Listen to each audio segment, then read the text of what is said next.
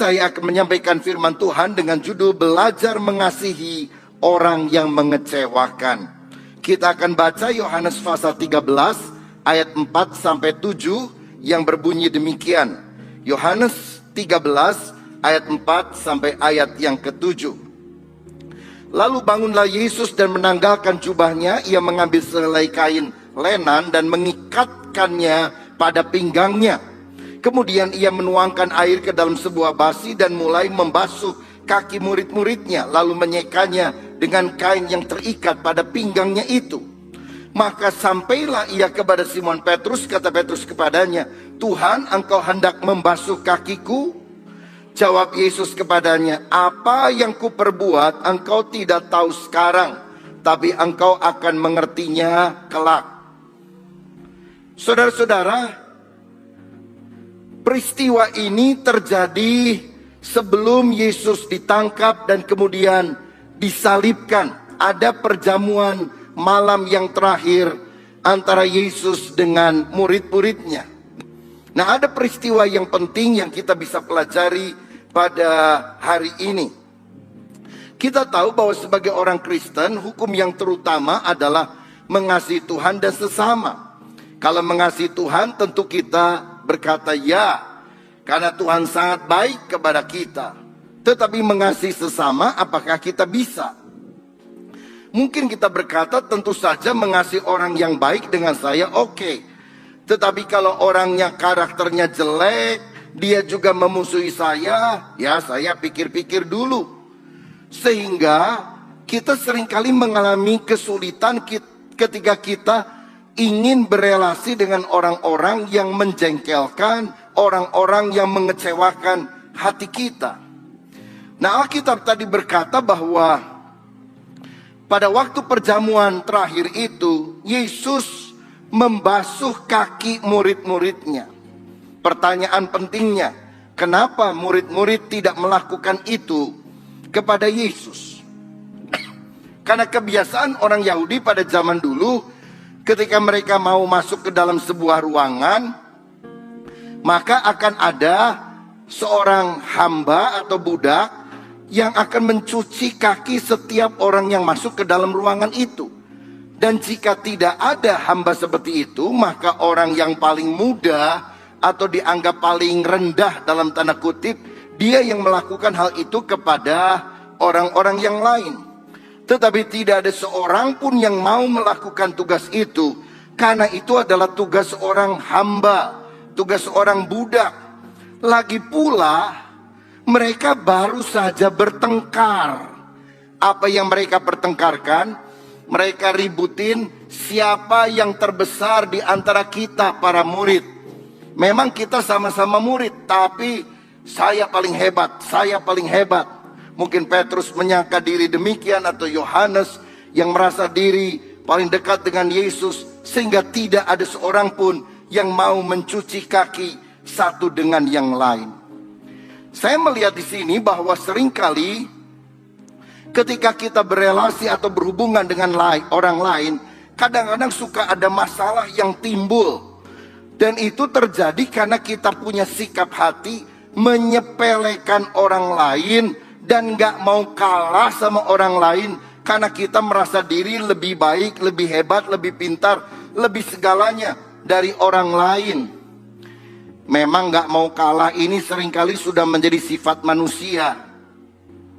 Satu kali ada dua orang anak sekolah yang setelah mendengar pelajaran geografi ingin menyombongkan diri satu dengan yang lain.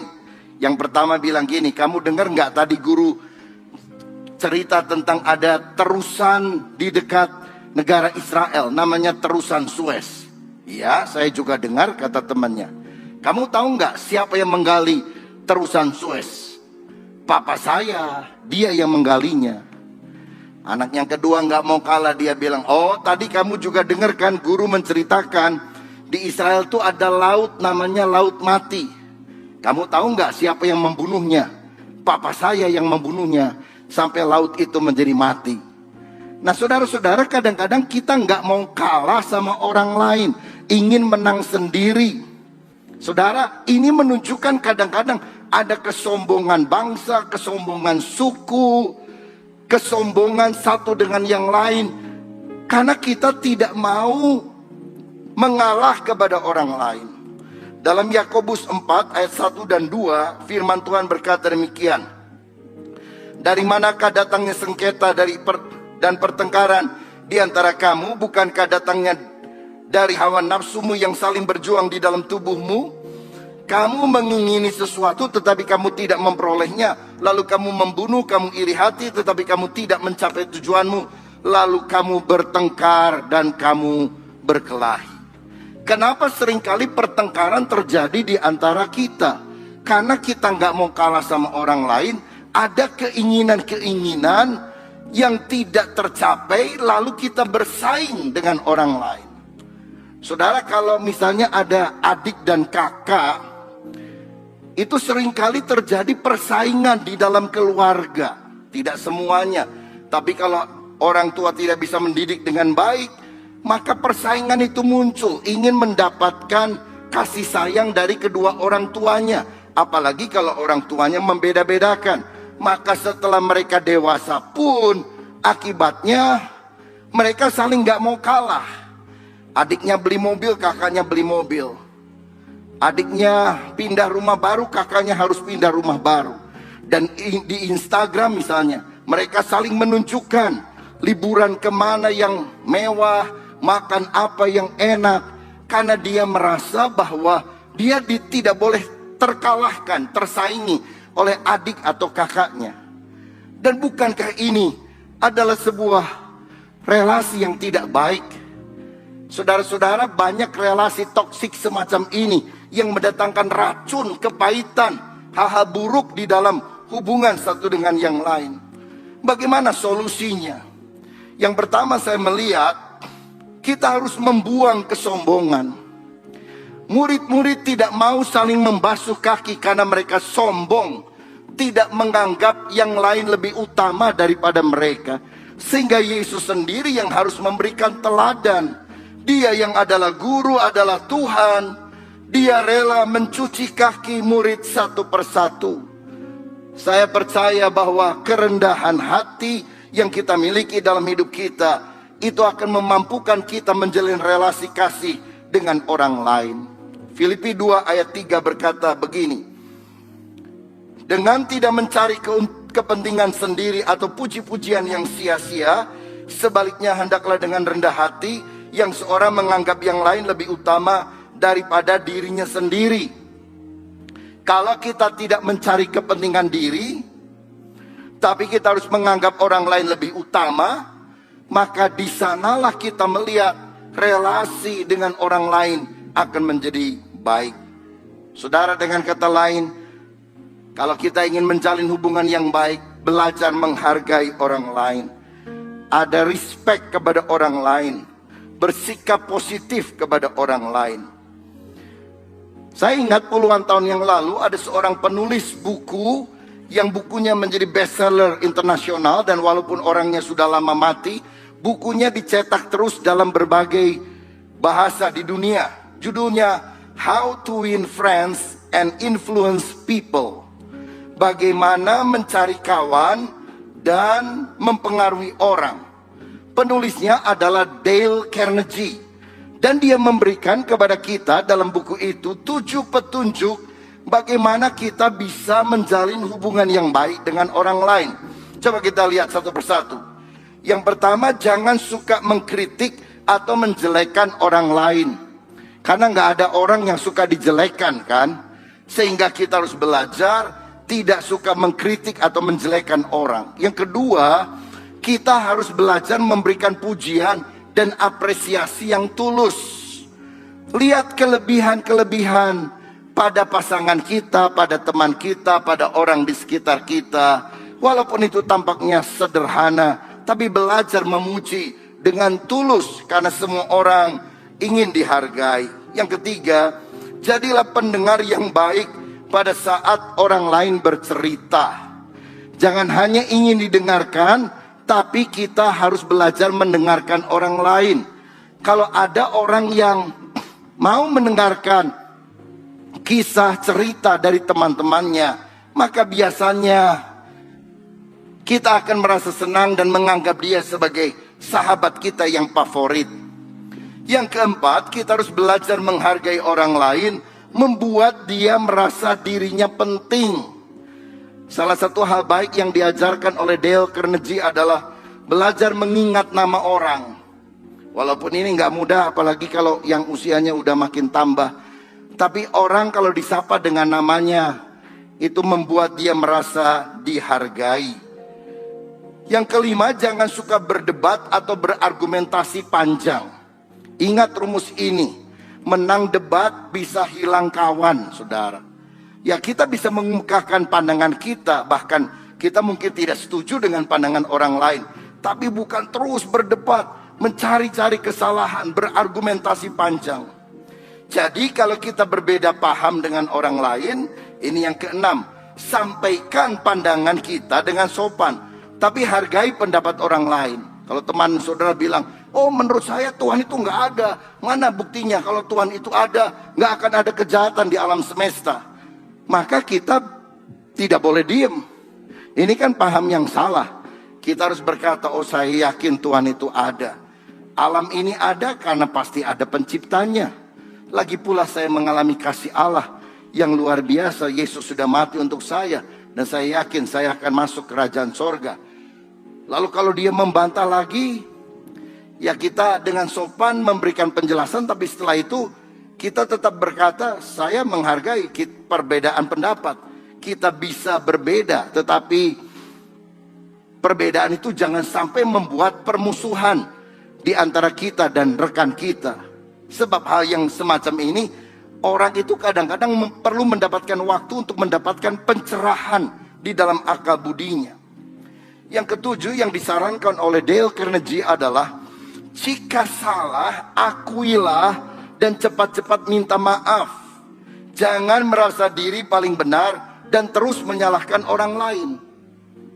Sebab orang yang sombong tidak akan pernah minta maaf. Orang yang sombong selalu pikir bahwa dirinya yang benar, orang yang lain yang salah. Dan bagaimana mungkin relasi yang baik bisa terbina jika kita memiliki sikap demikian. Bapak ibu saudara, kalau ada di antara kita yang hari ini memiliki relasi yang kurang baik di dalam keluarga, di dalam lingkungan kerja, ataupun dengan orang-orang di sekitar kita, ayo kita mulai pikirkan, apakah kita seperti murid-murid Yesus, orang Kristen, percaya Yesus, tapi ribut terus karena apa? Nggak mau kalah sama orang lain. Atau kita belajar menerapkan hal-hal yang baik yang Dale Carnegie ini ajarkan kepada kita. Apalagi kalau kita lihat Alkitab, ada standar yang lebih tinggi tentunya, yaitu firman Tuhan, teladan Yesus yang memberikan contoh bagaimana ketika orang lain sombong, maka dengan rendah hati dia belajar mencuci kaki atau melayani para murid yang lain. Hal kedua yang saya lihat, bagaimana kita bisa mengasihi orang yang mengecewakan bahkan menyebalkan dalam hidup kita. Terdapat dalam Yohanes 13 ayat yang kedua yang berkata demikian.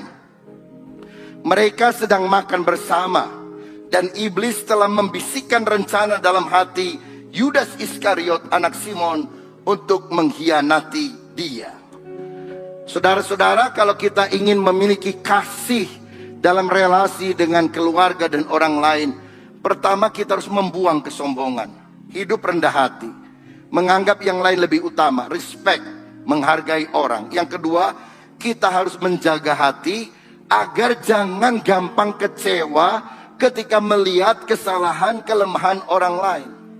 Perhatikan ini, walaupun saudara hidup benar dan sangat baik, akan selalu ada Yudas Iskariot di sekitar kita. Yesus itu nggak pernah dosa, Yesus itu baiknya luar biasa, tetap aja ada Yudas. Apalagi kita yang banyak kekurangan, kelemahan, saudara sekalian. Coba saudara pikirkan, Yudas itu kan nobody, bukan siapa-siapa. Dia diangkat menjadi murid Yesus. Namanya dikenal sepanjang masa karena masuk di dalam Alkitab. Itu kan istilahnya jasa Tuhan Yesus yang merekrut dia.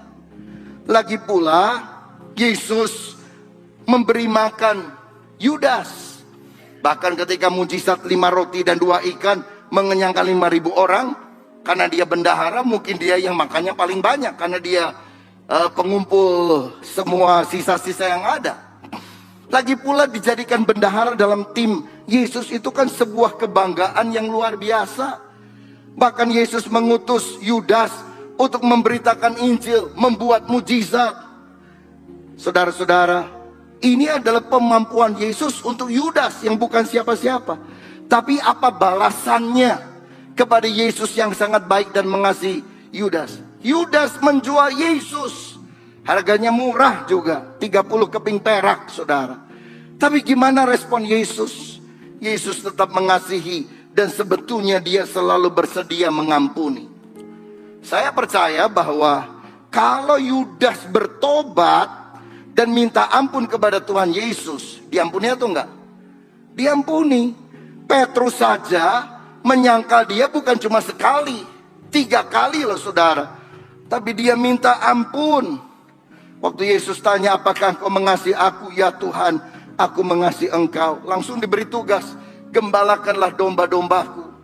Selalu ada pintu maaf dan pengampunan dalam diri Yesus.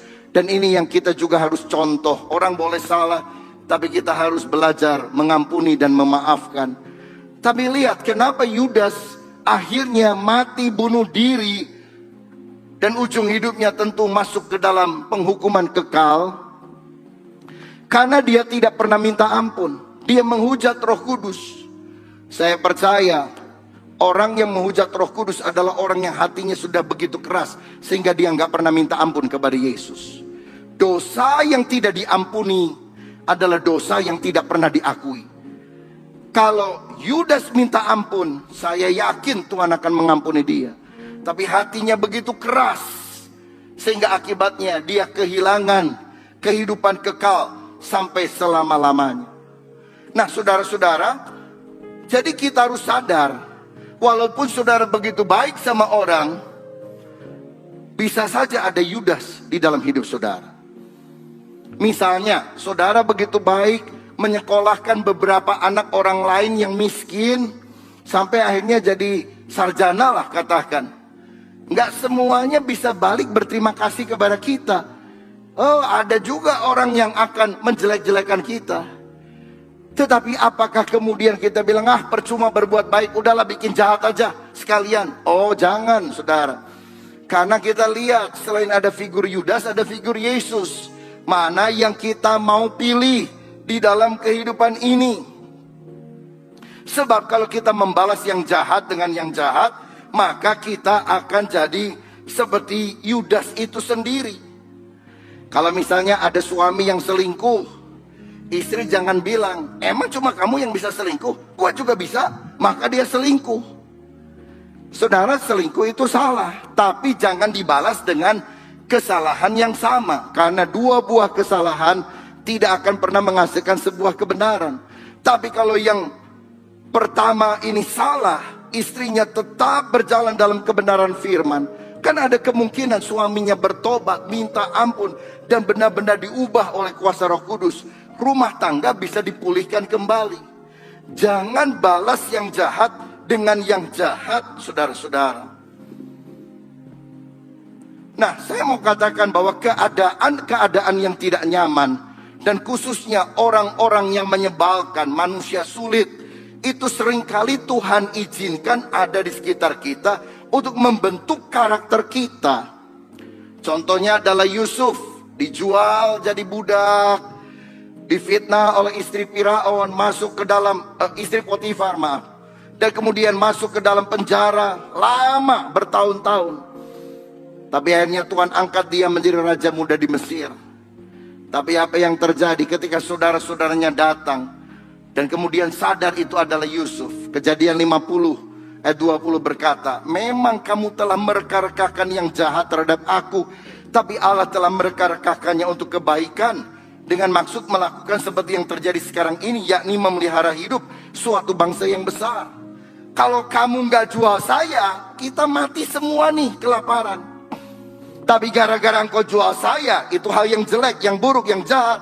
Tapi Allah sanggup mengubah keburukan menjadi kebaikan bagi setiap orang yang mengasihi dia. Dan karakter Yusuf pun dibentuk dari orang yang suka ngadu-ngaduin saudaranya kepada kakaknya, orang yang besar mulut. Nih lihat, saya punya visi, gandum saya berdiri tegak, yang lain sujud sama saya. Menjadi orang yang rendah hati, menjadi orang yang mengampuni, menjadi orang yang rela menolong orang lain. Jadi izinkan orang-orang yang negatif di sekitar saudara melakukan apapun, tapi tetap responnya kita harus seperti Tuhan Yesus Kristus, belajar mengasihi dan mengampuni. Karena itu saudara, jangan suka mempermasalahkan hal-hal yang kecil. Jangan dikit-dikit komplain, mengeluh, bersungut-sungut. Apalagi berdebat, itu akan menghilangkan sukacita kita. Saya ingat satu kali ada pasangan suami istri makan malam di sebuah restoran yang bagus. Suasananya juga sangat indah, musik mengalun, kemudian cahaya redup, dan mereka makan dengan enak sekali. Tapi ketika mereka mau selesai, bilnya disodorkan, si istri lihat ada minuman di charge 2 kali, saudara sekalian. Bedanya kira-kira 25.000 lah, gak terlalu besar.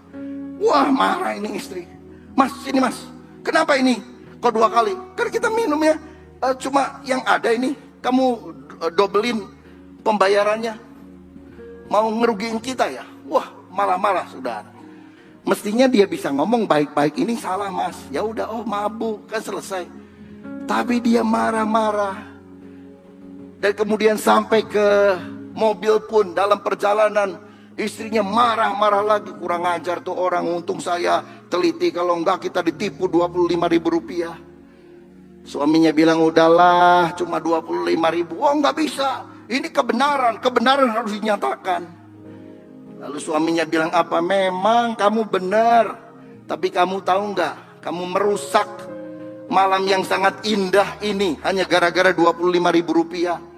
Kenapa kita harus bayar keharmonisan yang indah itu tiba-tiba menjadi rusak gara-gara 25.000? Saudara-saudara, belajar menjaga hati. Alkitab berkata, jagalah hatimu dengan segala kewaspadaan, karena dari situlah terpancar kehidupan. Di dunia ini selalu akan ada orang-orang yang menyebalkan kita. Tapi ingat, seperti anjing menggonggong, kafilah jalan terus, kafilah cuek aja, saudara. Nah, saudara tahu, ada burung yang besar, gagah, namanya burung Raja Wali. Tapi satu-satunya burung yang berani berada di dekat bagian sayap Raja Wali dan kadang-kadang mematuk dia adalah burung gagak. Burung gagak suka berkauk-kauk dengan suara jelek, kauk, kauk, kauk, begitu. Tapi Raja Wali tahu, saya levelnya ini Raja Wali, ini rajanya burung. Ngapain saya bertengkar sama si gagak ini? Jadi ketika gagak terus berkauk-kauk kepada Raja Wali, Raja Wali membentangkan sayap, dia naik terus, naik terus. Dan akhirnya gagak gak bisa mengejar dia, kehabisan napas.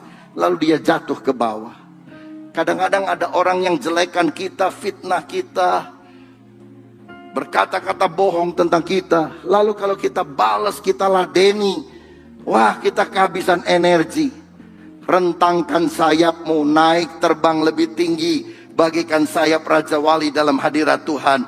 Maka segala serangan itu akan sirna, karena Tuhan akan memberikan kemenangan kepada kita semuanya. Dan yang terakhir, yang ketiga, bagaimana caranya agar kita bisa mengasihi orang yang mengecewakan? Yang pertama tadi adalah membuang kesombongan. Yang kedua, kita harus menjaga hati. Dan yang ketiga, kita harus melakukan hal yang baik. Dalam Yohanes 13 tadi ayat 4 dan 5, ketika tidak ada yang mau saling membasuh kaki, Yesus menanggalkan jubah dan kemudian mengambil kain, dan kemudian dia mencuci kaki para murid dengan air yang ada. Saudara, Yesus tetap melakukan hal yang baik. Dia rela melayani murid-muridnya. Dan kerendahan hati adalah ciri dari kebesaran jiwa. Kita juga harus belajar berbesar hati melihat kesalahan kekurangan orang lain. Dalam Markus 10 ayat 45 dikatakan, sebab anak manusia datang bukan untuk dilayani, melainkan untuk melayani. Saudara, layani orang lain, lakukan yang baik kepada sesama. Walaupun tindakan kita itu bisa disalahpahami orang lain. Karena kalau kita baca di dalam ayat 7 dikatakan oleh Simon Petrus di ayat 6, masa kamu yang membasuh aku Tuhan? Di ayat 7 Yesus berkata apa? Apa yang kuperbuat engkau tidak tahu sekarang, tetapi engkau akan mengertinya kelak. Kadang-kadang apa yang kita lakukan kepada orang lain itu disalahpahami, tapi nanti orang itu akan berterima kasih karena apa yang kita lakukan itu ternyata punya pelajaran berharga bagi dia. Amsal 27 ayat yang ke-6 berkata demikian, seorang kawan memukul dengan maksud baik, tetapi seorang lawan mencium secara berlimpah-limpah. Seorang kawan sejati bisa memukul tapi tujuannya baik. Tapi seorang penjilat bisa nyanjung-nyanjung kita padahal dia ingin merugikan kehidupan kita. Saya baca beberapa hari lalu di Yogyakarta, ada sebuah peristiwa di sebuah minimarket. Ada seorang gadis, saudara-saudara, datang ke minimarket mau beli pulsa. Tapi ditolak oleh si mas yang jaga kasir. Malah orang itu dimarah-marahin, dibentak. Dan tidak diladeni, saudara. Malah kemudian teleponnya direbut. Dia yang ngomong kepada orang yang di telepon tersebut. Melihat itu ada seorang pembeli merasa heran. Lalu dia bilang, mas, gimana sih ngelayaninya? Orang mau belanja, kok malah kamu demikian? Ternyata saudara sekalian, si gadis ini seperti dihipnotis orang. Ada yang telepon dan bilang, papa kamu sekarang ini kecelakaan. Saya mau urus tapi saya perlu pulsa. Cepat beli 600.000, nanti saya akan urus ke rumah sakit dan sebagainya. Wah, dia kalap saudara-saudara. Karena ada ilmu namanya di Jawa itu ilmu gendam atau apa. Lalu kemudian dia terburu-buru membeli ke minimarket ini. Nah, si masnya ini merasa aneh. Karena kok orang bisa beli sampai segitu banyak. Lalu dia menolak, dia marah-marah, dia bentak-bentak, dia ambil telepon. Dan dia bilang, kamu penipu ya. Langsung orang di sebelah sana menutup teleponnya. Dan pada saat itu si wanita itu sadar. Dan berterima kasih, aduh terima kasih ya, kok saya bisa bodoh seperti ini. Oh, pikiran saya kok bisa terkuasai. Nah, orang kalau melihat dan tidak lihat ceritanya secara utuh, wah kurang ajar ini. Dihebohkan di sosial media supaya dipecat dan sebagainya. Tapi seperti firman Tuhan tadi, seorang kawan memukul dengan maksud baik. Walaupun pertama kita disalahpahami. Jadi begini, kalau kita punya teman ya, suami istri katakan, lalu suaminya itu suka ngomong kasar kepada istrinya, suka maki istrinya di depan umum. Saudara tentu satu kali secara pribadi perlu datang dan saudara ngomong, saya sorry ya, saya lihat kamu suka maki istri kamu di depan umum, sebetulnya kurang bagus lah. Kalau ada masalah kamu selesaikan di rumah, di kamar, supaya yang lain itu nggak lihat.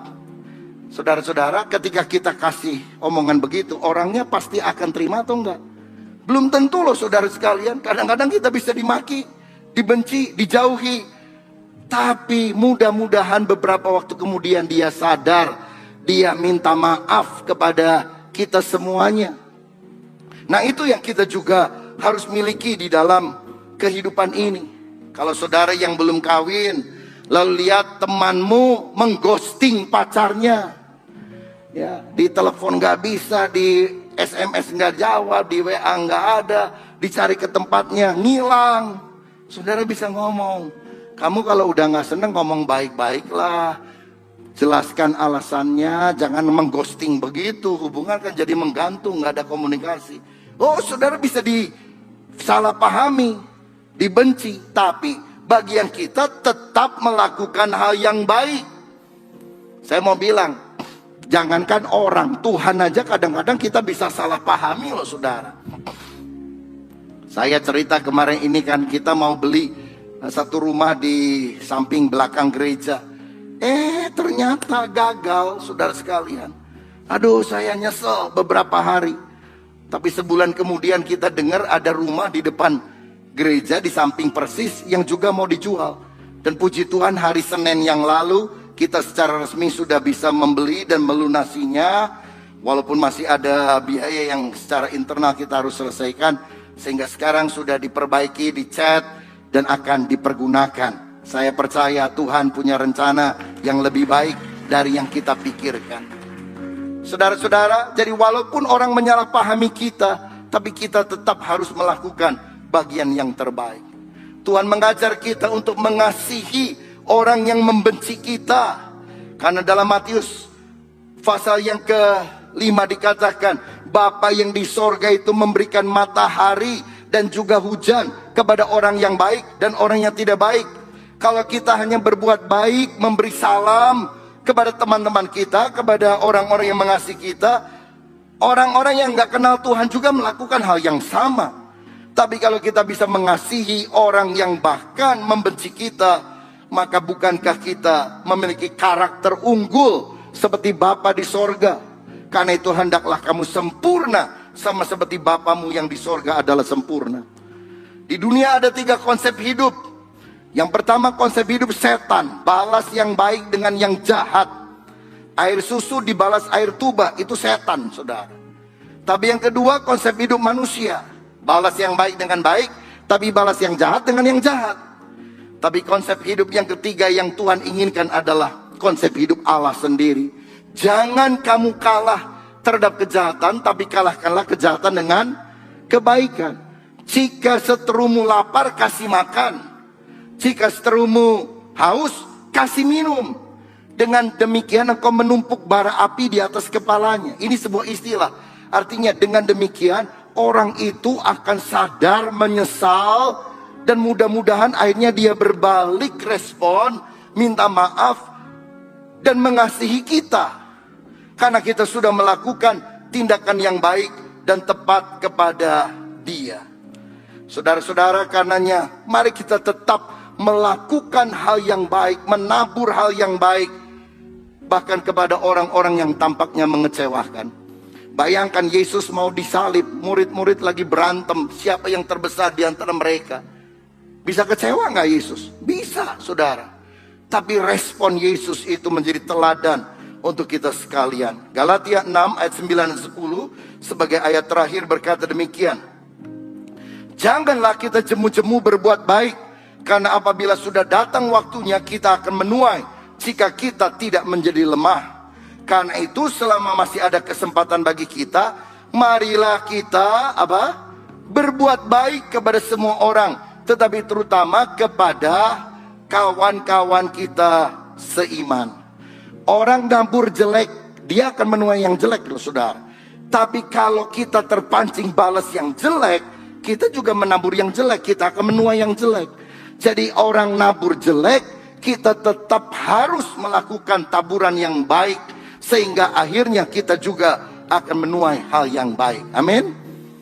Nah, Ibu Teresa pernah berkata begini, jangan biarkan setiap orang yang datang pada Anda pergi tanpa merasa lebih baik dan lebih bahagia.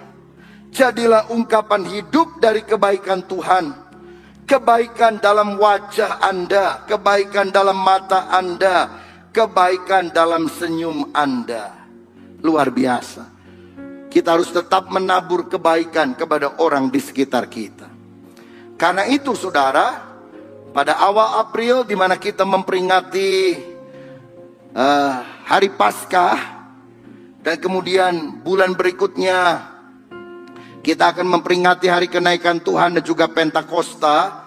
Maka saya menyerukan bulan April, Mei, Juni selama 3 bulan kita akan melakukan gerakan yang namanya gasibu, gerakan nasi bungkus. Karena setiap minggu kita akan bagikan sekurang-kurangnya 100 nasi bungkus kepada orang-orang yang sangat membutuhkan mungkin yang berada di tempat pembuangan sampah, mungkin orang-orang yang sangat miskin, kelaparan. Dan ini akan dikoordinir oleh Komisi Diakonia Sosial Masyarakat dan menggerakkan orang-orang yang ada di dalam kelompok-kelompok sel. Setiap minggu minimal ada satu tim, kalau bisa lebih daripada itu puji Tuhan. Dan kita akan lakukannya selama 3 bulan ini. Jadi berkat bagi orang-orang lain. Karena kita tahu apa yang kita tabur bukan kepada orang yang bisa balas kepada kita. Kita menabur bahkan kepada orang yang tidak bisa balas kepada kita. Maka Allah di sorga melihat dan akan memberkati setiap orang yang memberi dengan tulus dan sukacita. Siapa yang setuju? Berikan tepuk tangan yang meriah untuk kemuliaan nama Tuhan. Mungkin saudara bilang, gimana kalau saya sudah berbuat baik, tapi orang tetap mengecewakan, menyebalkan, dan melakukan hal yang buruk kepada saya? Saya ingin ajak saudara lihat slide terakhir. Ini juga yang dikatakan oleh Ibu Teresa. Dia bilang begini, bila engkau berbuat baik, bisa saja orang lain menuduhmu punya pamrih. Tapi bagaimanapun berbaik hatilah. Bila engkau jujur, mungkin saja orang lain akan menipumu. Tapi bagaimanapun berbuatlah jujur. Kebaikan yang engkau lakukan hari ini mungkin saja besok sudah dilupakan orang. Tapi bagaimanapun berbuat baiklah. Bagaimanapun berikanlah yang terbaik dari dirimu. Karena pada akhirnya engkau akan tahu bahwa ini adalah urusan antara engkau dan Tuhanmu. Ini bukan urusan antara engkau dan mereka. Kalau kita melakukan kebaikan, orang tetap tidak merespon yang baik, lakukan tetap yang baik. Kenapa? Ini urusan kita dengan Tuhan, bukan urusan kita dengan orang lain. Tuhan mau kita punya karakter unggul seperti karakter Bapa Surgawi, menjadi serupa seperti Yesus. Dan itu terjadi ketika kita belajar mengasihi orang-orang yang menyebalkan, orang-orang yang mengecewakan kita. Dan saya percaya kalau kita bergantung kepada Roh Kudus, kita akan tetap bisa menabur hal-hal yang baik ketika kondisi tidak baik. Doa saya, dengan sikap ini, keluarga kita menjadi lebih harmonis, relasi kita yang putus bisa disambung, dan kemuliaan kasih Tuhan akan kita alami dan kita pancarkan kepada semua orang lain yang ada di sekitar kita. Tuhan Yesus memberkati. Amin. Mari kita berdiri.